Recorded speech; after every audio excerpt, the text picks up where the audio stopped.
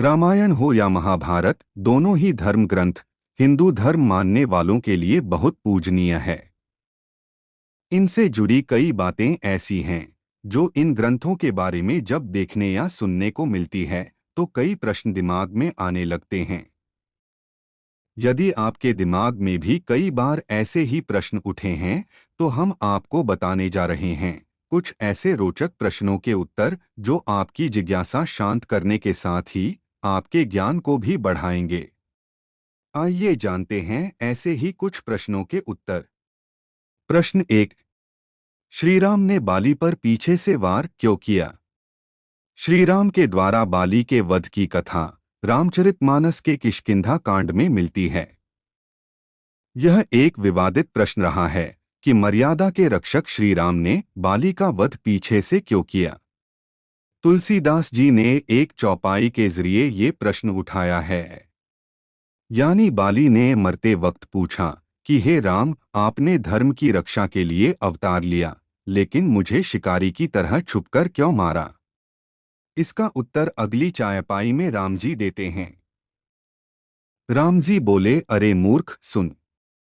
छोटे भाई की पत्नी, बहन, पुत्र की पत्नी और बेटी, ये चारों समान हैं। इनको जो बुरी दृष्टि से देखता है उसे मारने में कोई पाप नहीं है। ध्यान रहे, बाली ने सुग्रीव को न केवल राज्य से निकाला था बल्कि उसकी पत्नी भी छीन ली थी। भगवान का क्रोध इसलिए था कि जो व्यक्ति स्त्री का सम्मान नहीं करता उसे सामने से मारने या छुपकर मारने में कोई अंतर नहीं है।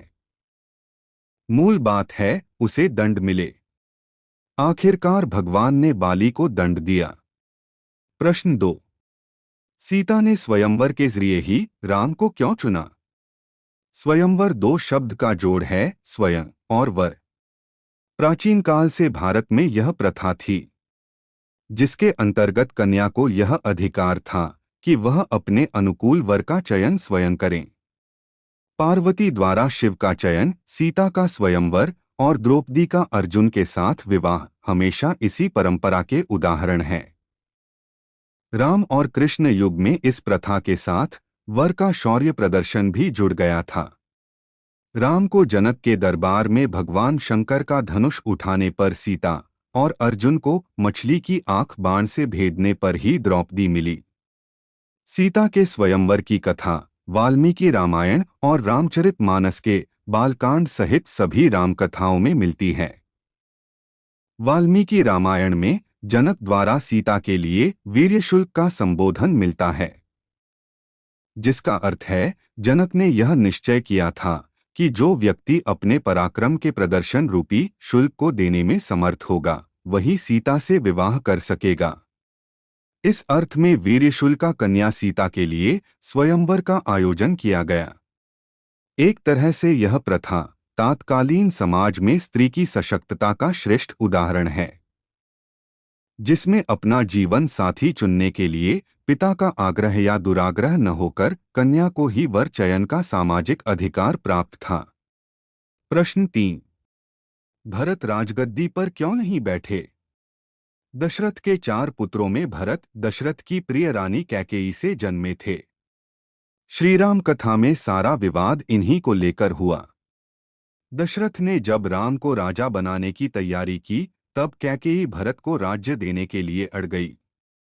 पहले दिए वचनों से बंधे होने के कारण दशरथ ने राम को वनवास दिया और भरत के लिए राज्य की सहमति दी। इसी के साथ दशरथ के प्राणों का अंत हो गया। राम व लक्ष्मण सीता के साथ वन चले गए। इस पूरे घटनाक्रम के समय भरत अपने छोटे भाई शत्रुघ्न के साथ ननिहाल में थे। लौटने पर जब उन्हें विवाद का कारण पता चला तो वे बहुत दुखी हुए। उन्होंने राम को वन से वापस अयोध्या लाने की बहुत कोशिश की, लेकिन सफलता नहीं मिलने पर वे राम की खड़ाऊं ही ले आए और उसे राजगद्दी पर विराजित कर राजकाज चलाया। राम के वनवास की अवधि 14 वर्ष थी। उस दौरान भरत भी अयोध्या के पास नंदीग्राम में तपस्वी जीवन जीते रहे। भरत का चरित्र राज्य के बजाय भातृ प्रेम और त्याग का उदाहरण है। उन्होंने राजा बनाए जाने के बावजूद इसलिए राज्य नहीं लिया, क्योंकि वे परिवार में धन के लिए विवाद का कारण नहीं बनना चाहते थे। भरत का त्याग उन्हें यशस्वी बना गया। प्रश्न 4। मंथरा का श्री राम से क्या बैर था? मंथरा रामकथा की एक महत्वपूर्ण पात्र है, जो दशरथ की सबसे प्रिय और सुंदर रानी कैकेयी की दासी थी और विवाह में पिता द्वारा कैकेयी को दहेज में दी गई थी। मंथरा ने ही कैकेयी को भड़काया था, जिसके कारण कैकेयी ने राम के राज्याभिषेक में विघ्न डाला और मंथरा के ही बताए गए 2 वचन दशरथ से मांगकर पूरे राज परिवार को संकट में डाल दिया। वाल्मीकि रामायण और श्री रामचरितमानस सहित राम कथाओं के अन्य संस्करणों में मंथरा का चरित्र और उसकी भूमिका अक्सर एक सी दी गई है। गोस्वामी तुलसीदास जी ने अपनी रामचरितमानस के अयोध्या कांड में इसके पीछे देवताओं की भूमिका का भी उल्लेख किया है। संदर्भ है कि जब दशरथ ने राम को राजा बनाने का निश्चय किया और अवध में तैयारियां शुरू हुई, देवता घबरा गए। उनका उद्देश्य था राम वन में जाए, ताकि इस बहाने रावण सहित अन्य राक्षसों का वध हो सके। यही कारण था कि राम का अवतार हुआ था, लेकिन जब राज्याभिषेक की तैयारी शुरू हुई, तब राम को वन भेजने के उद्देश्य से देवताओं ने ज्ञान की देवी सरस्वती के जरिए कैकेयी की दासी मंथरा की मति फेर दी। परिणाम स्वरूप मंथरा के मन में मोह, लोभ और क्रोध के विकार जन्मे और उसने कैकेयी को भड़का दिया। मंथरा का राम से बैर तो नहीं था, लेकिन वह तुलसीदास जी के शब्दों में अपनी एक गलती से हमेशा के लिए अपयश का पात्र बन गई। प्रश्न 5। श्रवण कुमार की कथा का क्या महत्व है? श्रवण का अर्थ सुनना और एक नक्षत्र के नाम के रूप में ग्रहण किया गया है। लेकिन श्रीराम कथा में श्रवण कुमार एक महत्वपूर्ण पात्र है, जिसके बारे में वाल्मीकि रामायण अयोध्या कांड के 64वें अध्याय में कथा मिलती है। श्रीराम के वनगमन पर दुखी दशरथ अपनी मृत्यु से पहले रानी कौशल्या को यह कथा बताते हैं। इसके अनुसार दशरथ शब्द भेदी बाण चलाते थे, यानी शब्द व ध्वनि सुनकर बाण चलाने में समर्थ थे। एक दिन हिंसक पशु के भ्रम में उन्होंने एक मुनि पर, जिनके माता पिता वृद्ध और नेत्रहीन थे, बाण चला दिया। अपने एकलौते पुत्र का वध सुन मुनि दशरथ को पुत्र वियोग में प्राण त्यागने का श्राप दिया था। अपने अंतिम समय में दशरथ ने कौशल्या को बताया कि उनके प्राण भी पुत्र वियोग में जाएंगे, क्योंकि उनके हाथों मुनि कुमार के वध का पाप हो चुका है और वे मुनि के श्राप से ग्रस्त हैं। रामायण में मुनि कुमार ही मिलता है, श्रवण नाम नहीं, लेकिन अन्य पुराणों में यही कथा श्रवण के रूप में मिलती है, जिसके बारे में यह भी कहा जाता है कि वह कांवड़ में बैठाकर अपने माता पिता को तीर्थ यात्रा पर ले गया था। प्रश्न 6। राम सेतु निर्माण में पत्थर कैसे तैर गए? माता सीता की खोज के लिए जब प्रभु राम की सेना लंका की ओर चली, तो रास्ते में विशाल समुद्र बड़ी बाधा बनकर उपस्थित हुआ। सेना सहित समुद्र को पार करना लगभग असंभव था।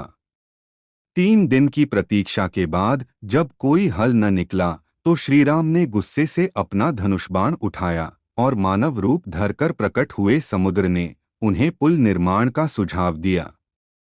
इसमें बड़ी बाधा यह थी कि समुद्र की तेज लहरों पर पत्थर कैसे टिकेंगे। समुद्र ने ही इसका समाधान किया। उसने प्रभु श्री राम को बताया कि उनकी सेना में नल और नील नाम के 2 वानर हैं, जिन्हें बाल्यकाल में एक ऋषि से आशीर्वाद मिला था कि उनसे स्पर्श किए पत्थर पानी में तैर जाएंगे। श्री राम की आज्ञा से नल व नील ने सभी पत्थरों को अपने हाथों से स्पर्श कर वानरों को देते गए, क्योंकि नल और नील पत्थर तैराने संबंधित विशिष्ट वरदान से विभूषित थे। इसलिए सारे पत्थर तैर गए और पुल निर्माण आसान हो गया। यह प्रतीकात्मक है। दरअसल नल और नील पुल निर्माण के विशेषज्ञ इंजीनियर थे। समुद्र ने केवल सेना में उनकी उपस्थिति का परिचय भर कराया। बस फिर क्या था, श्री राम की कृपा से प्रसिद्ध राम सेतु बन गया। प्रश्न 7। रावण के 10 सिर क्यों थे? रावण मुनि विश्रवा और कैकसी के 4 बच्चों में सबसे बड़ा पुत्र था। वाल्मीकि रामायण के उत्तराखंड में विश्रवा की संतानों के जन्म की कथा में प्रसंग है कि रावण 10 मस्तक, बड़ी दाढ़ी, तांबे जैसे होंठ, विशाल मुख और 20 भुजाओं के साथ जन्मा था।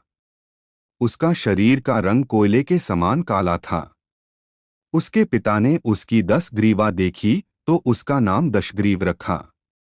10 गर्दन यानी 10 सिर वाला। यही कारण है कि रावण दशानन, दशकंधर आदि नामों से प्रसिद्ध हुआ। हालांकि यह अस्वाभाविक है कि किसी के एक साथ 10 सिर हों। यह सिर्फ प्रतीक मात्र है। रावण के 10 सिरों की भिन्न भिन्न व्यंजनाएं मिलती है, जिनके अनुसार रावण के 10 सिर अहंकार, मोह, क्रोध, माया आदि विकारों के प्रतीक हैं। यानी रावण सभी विकारों से ग्रसित था और इसी कारण ज्ञान व श्री संपन्न होने के बावजूद मात्र सीताहरण का एक अपराध करने से मारा गया। स्पष्टतः रावण के 10 सिर प्रतीकात्मक है, न कि प्राकृतिक और स्वाभाविक। प्रश्न 8। लवकुश और हनुमान के बीच युद्ध क्यों हुआ? रावण वध के बाद सीता को लेकर अयोध्या लौटे राम ने कुछ समय राज किया। इसके बाद लोक मर्यादा के रहते सीता का त्याग कर दिया। तब सीता वाल्मीकि के आश्रम में रहीं और वहीं 2 जुड़वा पुत्रों लव व कुश को जन्म दिया। आश्रम में ही दोनों बालक बड़े हुए। इस बीच अयोध्या में सभी के आग्रह पर राम ने अश्वमेध यज्ञ किया, जिसमें यज्ञ का अश्व स्वतंत्र विचरण के लिए छोड़ा जाता है। यदि कोई उस अश्व यानी घोड़े को पकड़े तो उसे युद्ध करना होता है। राम के यज्ञ का अश्व जब वाल्मीकि के आश्रम तक पहुंचा तो यज्ञ से अनभिज्ञ दोनों तपस्वी बालकों लव और कुश ने उसे पकड़ लिया। यज्ञ के अश्व की रक्षा के लिए साथ गए भरत, लक्ष्मण, शत्रुघ्न और हनुमान सहित पूरी राम सेना से लव-कुश की लड़ाई हुई। इसी लड़ाई में हनुमान भी लव-कुश से लड़े, क्योंकि दोनों राम व सीता के पुत्र होने के साथ ही बहुत बलशाली और युद्ध में निपुण योद्धा भी थे, इसलिए कोई भी उनके सामने न टिक पाया। आखिर में जब राम खुद युद्ध के लिए पहुंचे तब सीता के आ जाने से पूरी कथा की धारा बदल गई। हनुमान और लवकुश के युद्ध की यह कथा राम कथाओं में अलग अलग रूपों में विस्तार से मिलती है।